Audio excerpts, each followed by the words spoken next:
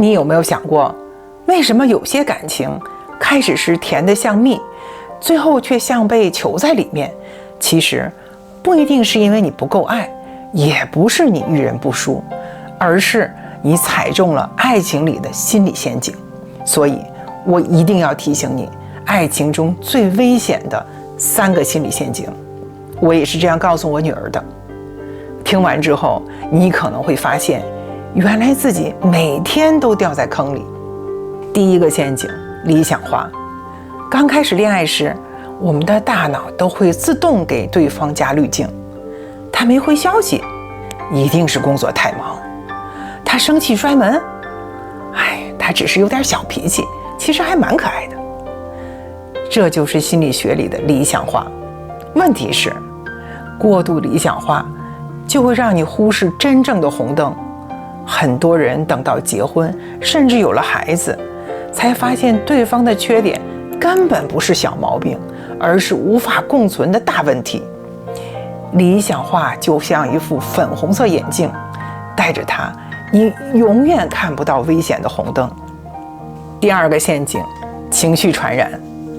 心理学研究发现，人类的大脑天生会同步情绪，这在关系里有时候很甜，对方笑你也会笑。但危险的是，当对方不开心，你也会被拖下去。比如你约会时心情超好，但对方突然心事重重，你立刻皱起眉头，气氛从浪漫变成低气压。最后约会结束时，2个人都闷闷不乐了。问题不是你体贴，而是你没学会分清，这是他的情绪还是我的情绪。如果你每次都被拉进伴侣的负能量池，你们的关系注定会越来越沉重。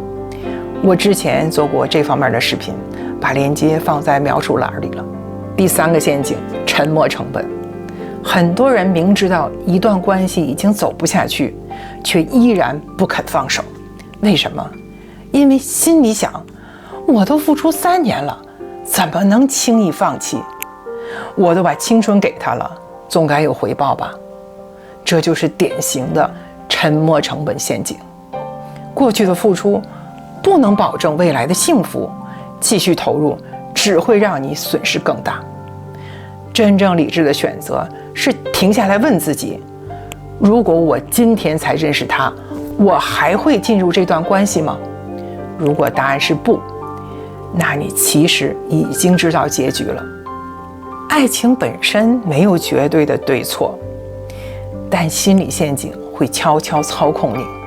理想化让你看不见红灯，情绪传染让你背上不属于你的负担，沉没成本让你困在不健康的关系里走不出来。所以爱情从来不是盲目的投入，而是要学会清醒的去爱。掉进陷阱不可怕，谁都会迷失，关键是要爬出来，并且别一次次摔在同一个地方。在那个时刻，你要停下来，好好审视自己，找到症结，做出改变。有时候是认知的调整，有时候是习惯的打破，有时候是鼓起勇气。总之，努力把自己拔出来。正如我常对女儿说的， If you do not learn in the easy way, you have to learn in the hard way. 如果你没能在轻松的方式中学到功课，那生活就会逼你用更痛的方式去学。而真正的爱是在保持自我清醒的同时，依然选择去拥抱对方。如果你觉得这期视频对你有启发，记得点个赞，让更多的人看到。